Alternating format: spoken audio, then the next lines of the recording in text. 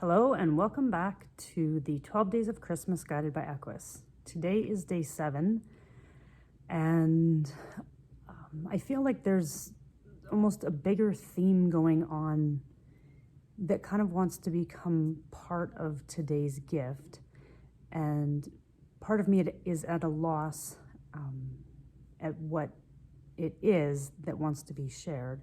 So I'm hoping by just starting the video it will kind of come to me.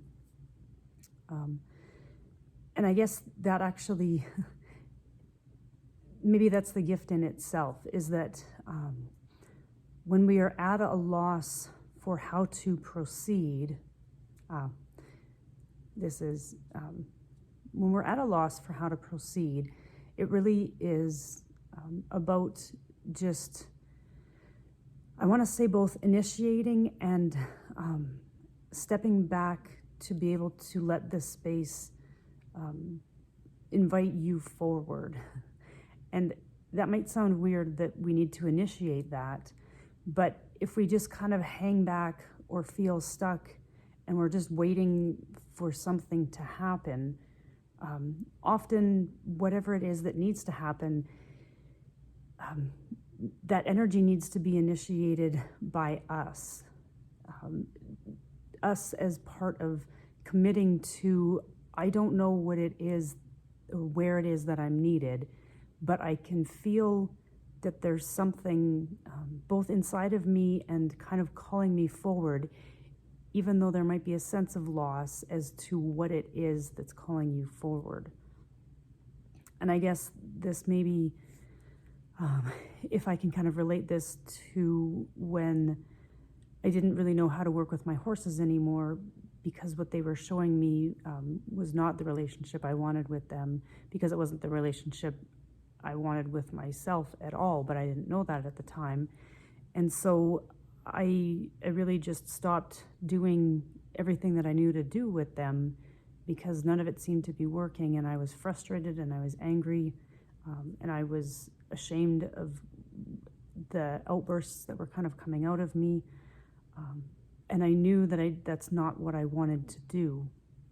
And so there was a couple horses that were really present in my life at that point. One of them was Scarlet, and I got her, I was, I think, a month away from having my first baby, and I took a road trip with my youngest brother, and we hauled a horse from here all the way to North Dakota. And it was mid-August, and like I said, I was 8.5 months pregnant. And we traded horses. I traded horses with a lady, and that's how I got Scarlet. And Scarlet came home, and she was rideable, and so I got on her and I started riding her. But I right away kind of started fighting with her, because she was very, I guess the term you could use is strong-headed or strong-willed. And as soon as I started fighting with her, I realized this is not what I want to do. And so I got off. And I didn't know what to do at that point, but I knew that I no longer wanted to have that kind of relationship with my horses. So I just stopped doing everything with her. And I would watch her and I would think, oh my gosh, you have so much potential. And then I would get on and I would find myself relapsing into tactics to try and, I'll use the word almost, not manipulate, but try to use my force or my strength. And I would become frustrated with myself, and then I would get off, and I would just, and I didn't know how to get back to this place of being able to communicate with her. I think because I was so, well, I needed a breaking point, and that breaking point came a few years later. And I love Scarlet's story because that mare was so athletic and had so much potential, and she would invite me she would catch me watching her, and she would be watching me, and I would go out and I would engage with her, and then I would get to this point, just because it had become automatic for how I worked with horses and then I would stop and I would be really frustrated with myself. And then I finally just stopped doing that. And I paused for probably a year or two, and I didn't do anything with them. And I can't even tell you, I mean, I must have fed them and I probably went out and visited with them, but maybe not even. I think I just kind of stopped doing everything. And what happened after that, after I stopped, because I knew I wanted a different relationship, a relationship like I had with them when I was a kid, when I would walk out to the pasture and I would walk through these trails in the trees, and I knew where the horses were. And I didn't physically know where they were, but I could feel or sense where they were. And so I would make my way. We had this really low, whole bunch of willow brush that had all these really cool trails in them. So as a little kid, they were just fascinating to me. And I would sense where the horses were, and I would build this skill within myself and play with it. Like, can I come out exactly where they are? And it got to be, I got to be so good at it that 99.9% of the time I would come out and they would be right there where I came out. And I loved that because I didn't startle them. They already knew I was coming and knew I was there. And just then I would move about with them while they were grazing and just kind of hang out with them. And when I watched them move, part of me, when I was really little back then, knew that if they can do this without a rider, like, imagine if you were on their back and they did it. And so when I had this pause, because my techniques of working with them were no longer working, what I did was initiate the desire to recapture, reconnect to that relationship that I had when I was young.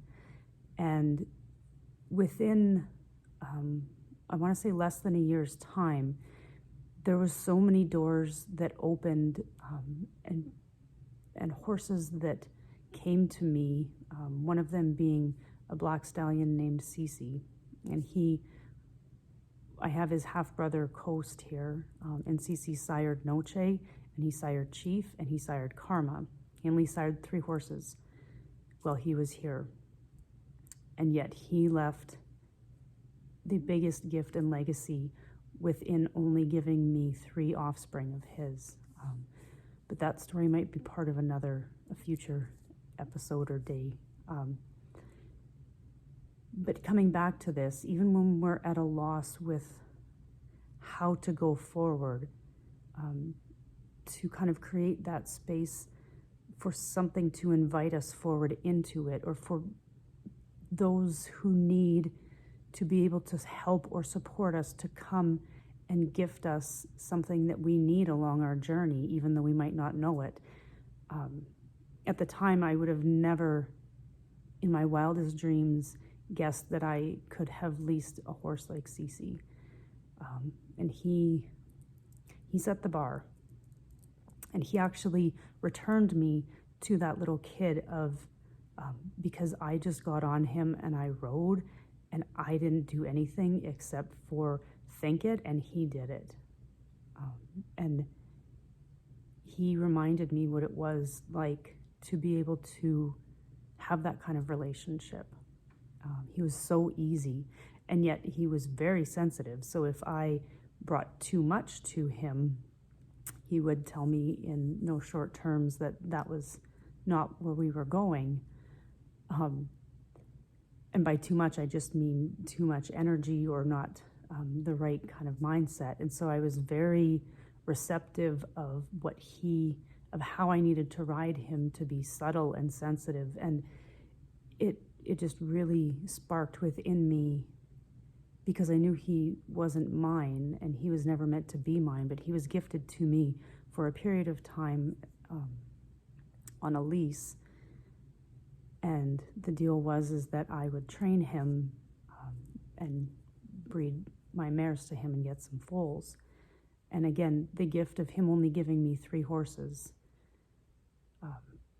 was astounding, because had he gifted me 20 of them, I don't think I would have had the understanding of the power of these horses, the power of their sensitive nature, of their intelligence, of their ability to be.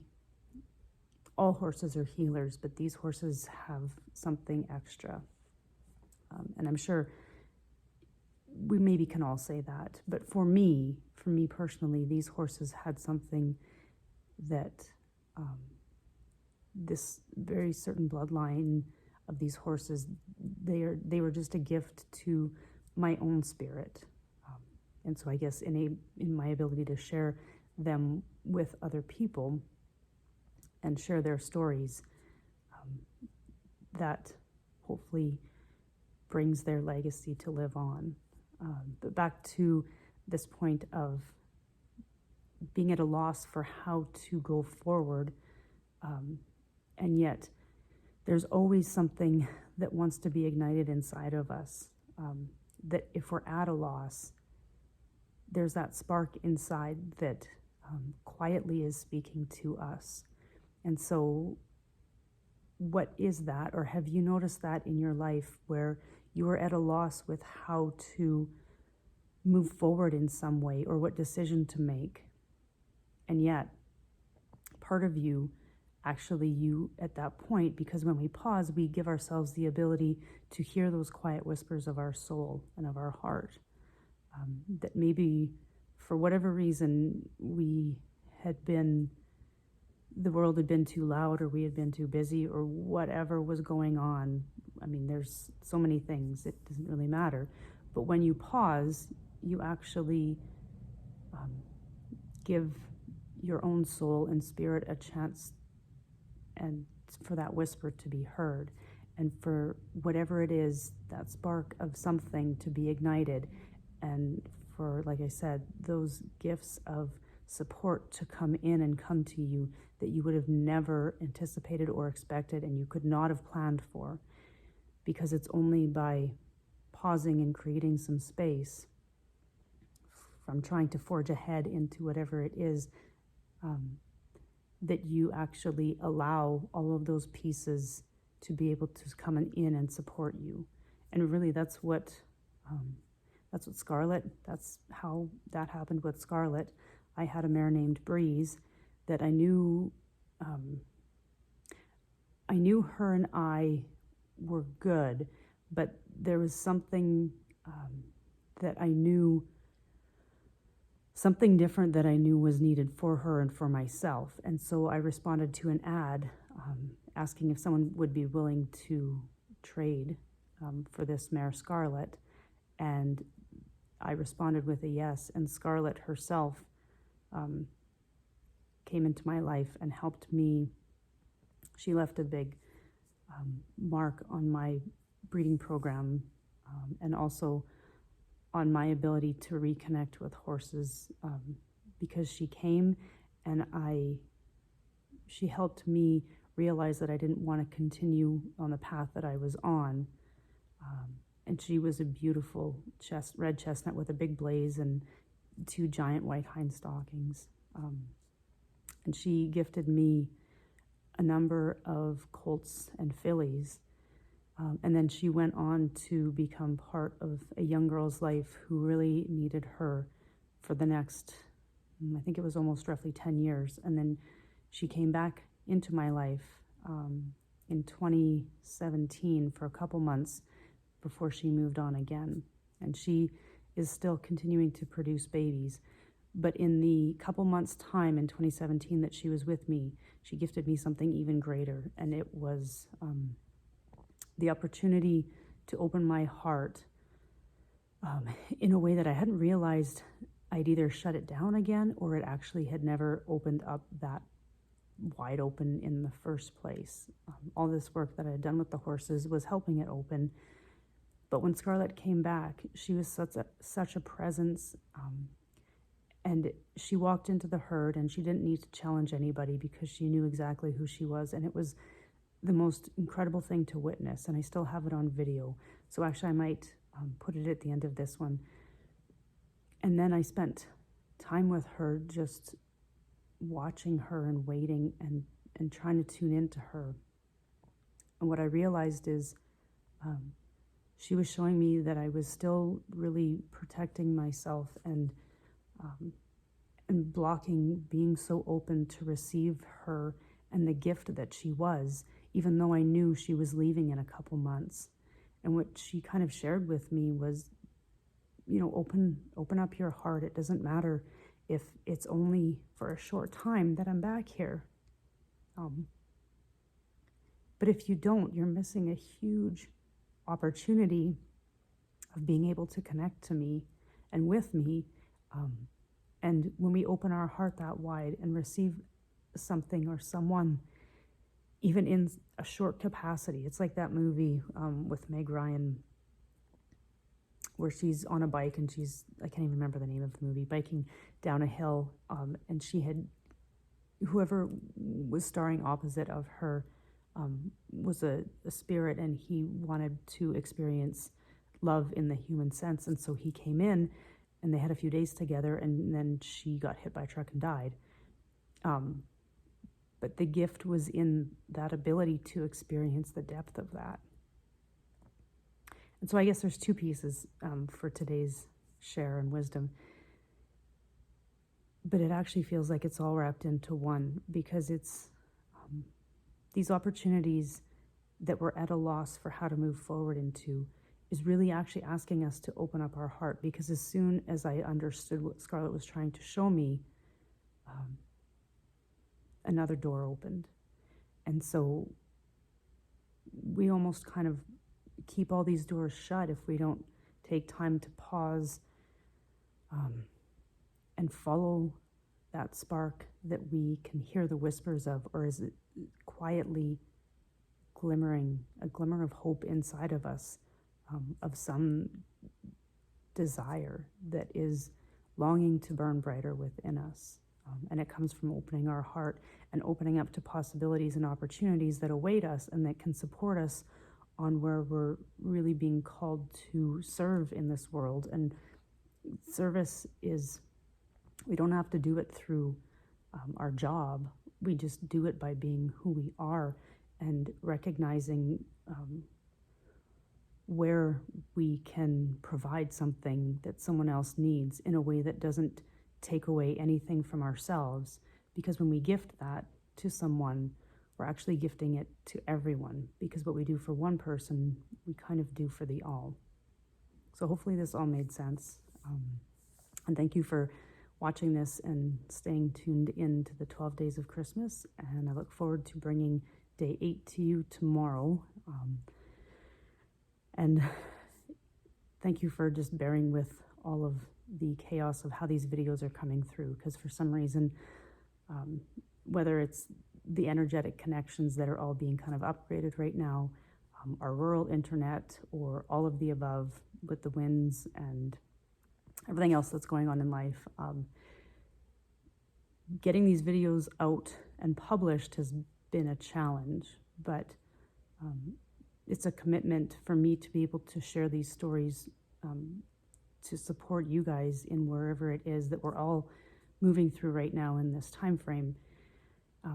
And I look forward to doing them. And so I hope that you guys are enjoying them. And thank you for tuning in each day. So much love from myself and the horses. And we will see you tomorrow for day 8.